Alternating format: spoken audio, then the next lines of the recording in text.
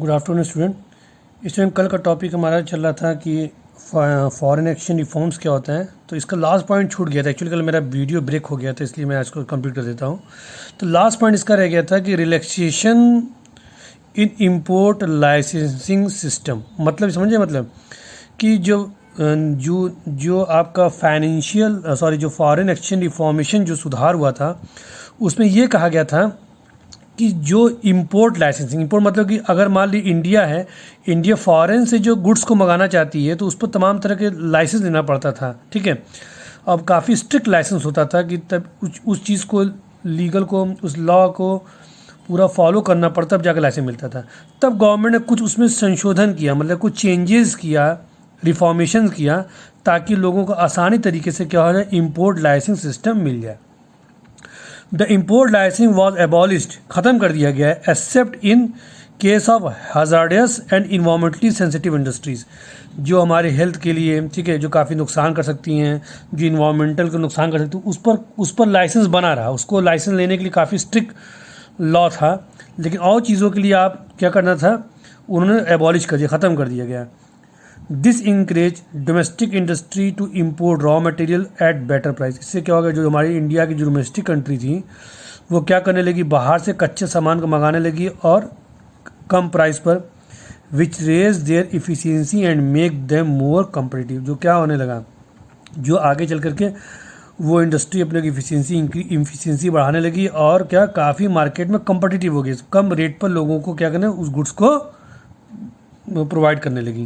तो ये क्या था, ये relaxation import licence system. Next हमारा क्या है, प्राइवेटाइजेशन। अब प्राइवेटाइजेशन में समझते हैं कि जो गवर्नमेंट सेक्टर जब इन्वेस्टमेंट होती है तो अपना शेयर प्राइवेट को बेच देती है, उसको क्या बोलते हैं, प्राइवेटाइजेशन बोलते हैं। Privatisation means transfer of ownership, देखें ना, ओनरशिप किसको दे रहे हैं, and management and control of public sector enterprises to entrepreneur in the private sector. Privatisation मतलब होता है कि अपनी हिस्सेदारी दूसरे को दे देना, उनका मैनेजमेंट सिस्टम प्राइवेट करना, और control of public sector enterprises to entrepreneur in the private, मतलब उनको जो कंट्रोल भी कर रहा है, कौन कर रहा है, प्राइवेट सेक्टर कर रहा है। मतलब ओवरऑल कह सकते हैं कि जैसे एग्जांपल देखिए, अभी इलेक्ट्रिसिटी एग्जांपल आपके पास है, बिजली, ठीक है। तो अभी गवर्नमेंट पूरी तरीके से धीरे क्या कर रही है, इसको प्राइवेटाइजेशन कर रही है कि जितना भी जो इलेक्ट्रिसिटी घर में आती है वो धीरे क्या सब प्राइवेट कंपनी ही इसको हैंडल करेंगी, ठीक है। तो ये इसको क्या है, प्राइवेटाइजेशन है। अब देखिए इसमें क्या क्या है, privatisation implies greater role of private sector in economy activities of the country, ठीक है। Over the years Indian government has diluted its stake in several public enterprises including IPCL, IBP, Maruti. ये कह रहा है कि इंडियन गवर्नमेंट क्या कर दी, अपने जो शेयर थे, स्टेक में शेयर, उसको क्या कर दिया, डायलूटेड कर दिया, मतलब उसको मिला दिया किसमें, बहुत से पब्लिक सेक्टर जो थी किसमें मिला दिया, प्राइवेट सेक्टर में। जैसे कंपनी के नाम क्या, IPCL है, इंडियन भारत पेट्रोलियम है, मारुति उद्योग है, ये सब क्या है, ये सब गवर्नमेंट की जो थी वो धीरे प्राइवेटाइजेशन होने लगा है सब चीज़ में, ठीक है। इसमें प्राइवेट को कंट्रोल करने लगा। तो privatisation can be done in two ways, क्या होता है, transfer of ownership and management of public sector, कि जो पब्लिक सेक्टर है, पब्लिक गवर्नमेंट की कंपनी है, वो क्या कर रही है, अपनी ओनरशिप क्या कर रही है, दूसरे को दे रही है, और उसका मैनेजमेंट कौन चला रहा है, प्राइवेट चला रहा है सब कुछ। मतलब प्राइवेट का हाथों बेच दो, प्राइवेट हाथों उसको ओनरशिप दे दो, और उसका मैनेजमेंट कौन देखेगा, प्राइवेट देखेगा। From the government to the private sector. Privatisation of the public sector undertaking क्या है, by selling of part of the equity to the public, ठीक है। तो पब्लिक सेक्टर के जो शेयर को बेच देना प्राइवेट के हाथों में, ये हमारा क्या है, प्राइवेटाइजेशन, जिसको बोलते हैं क्या, this process known as a disinvestment. मतलब पब्लिक सेक्टर, गवर्नमेंट जो है, पब्लिक सेक्टर अपने क्या कि पब्लिक के शेयर को प्राइवेट के हाथों बेच दिया, तो इसको बोलते हैं डिसइन्वेस्टमेंट। जैसे मान लीजिए एयर इंडिया है, एयर इंडिया क्या है, फ्लाइट है, वो गवर्नमेंट की थी, उन्होंने क्या कर दिया, उठा के दूसरे को बेच दिया, अडानी को शायद बेच दिया, प्राइवेट को बेच दिया, तो वो हमारा क्या होगा, डिसइन्वेस्टमेंट हुआ, ठीक है। मुझे श्योर नहीं है, लेकिन ये है कि वो प्राइवेट खातों बेच रहे हैं। अब किसको बेच रहे हैं, तो ये एक तरह क्या हो जाएगा, डिसइन्वेस्टमेंट हो जाएगा, ठीक है। The purpose of privatisation was mainly to improve financial discipline, ठीक है। तो जो पर्पज़ का था प्राइवेटाइजेशन का वाज क्या मिल होता है, फाइनेंशियल को अच्छे से बनाना, फैसिलिटेट करना, उसको मॉडर्नाइजेशन करना है। It was also believe date private capital and managerial capability will help in improving performance of public sector units. तो इससे क्या होता है, प्राइवेट सेक्टर कैपिटल क्या होता है, जो मैनेजरियल कैपेबिलिटीज़ होती है वो क्या होती है, इंप्रूव करती हैं, ताकि परफॉर्मेंस इन्हांस करती हैं, ताकि जो पब्लिक सेक्टर काफ़ी वीक हो गई सिक यूनिट्स थी उसको अच्छे तरीके से क्या रीजुवेनाइट कर लें, मतलब री एनर्जाइज करके उसको अच्छे तरीके से चला सके, यही इसका मतलब है। ठीक है, अब आइए नेक्स्ट पढ़ते हैं। अब देखिए इसमें बहुत दिया है, नवरत्न दिया है, इसमें नवरत्न एंड मिनी रत्न, इसका अंदर पढ़ लीजिएगा। ठीक है, अब आइए नेक्स्ट में चलते हैं। ग्लोबलाइजेशन। अब देखिए ग्लोबलाइजेशन क्या होता है, ऑल ओवर कनेक्टेड। ग्लोबलाइजेशन मतलब पूरा वर्ल्ड एक दूसरे से कनेक्टेड, हर कंट्री एक दूसरे से कनेक्टेड है, उसको बोलते हैं globalisation. Globalisation means integrating the national economy with the world economy, मतलब कि अपनी कंट्री से, इंडिया है, हर कंट्री से क्या है जुड़ी हुई है, तो उसको क्या बोलते हैं, ग्लोबलाइजेशन बोलते हैं। Through removal of barriers on international trade and capital movement, ताकि इंटरनेशनल जो बैरियर हो सके, इंटरनेशनल जो बैरियर ख़त्म हो सके। ठीक है, हम ये हर कंट्री से व्यापार कर सकें, बिजनेस कर सकें, ठीक है, ताकि कैपिटल का मूवमेंट हो सके, इसी को बोलते हैं globalisation. Globalisation generally understand means of integration of the economy, है ना, integration of the economy of the countries with the world economy, ताकि वर्ल्ड इकोनॉमी से क्या हो, कनेक्टेड हो जाए। ठीक है, नेक्स्ट नंबर क्या, however it is a complex phenomena, ये क्या एक तरह का कॉम्प्लेक्स फिनोमेना है। It is an outcome of sets, एक तरह के आउटकम ऑफ सेट्स है, ऑफ वेरियस पॉलिसीज़ देना। ठीक है, सेट ऑफ वेरियस पॉलिसी बनाना। The aim of transfer the world towards greater independence and integration, ताकि वर्ल्ड पर क्या कर सके, ताकि अच्छे तरीके इंडिपेंडेंस हो चुके और एक दूसरे से जुड़ सके, इसे ग्लोबलाइजेशन बोलते हैं।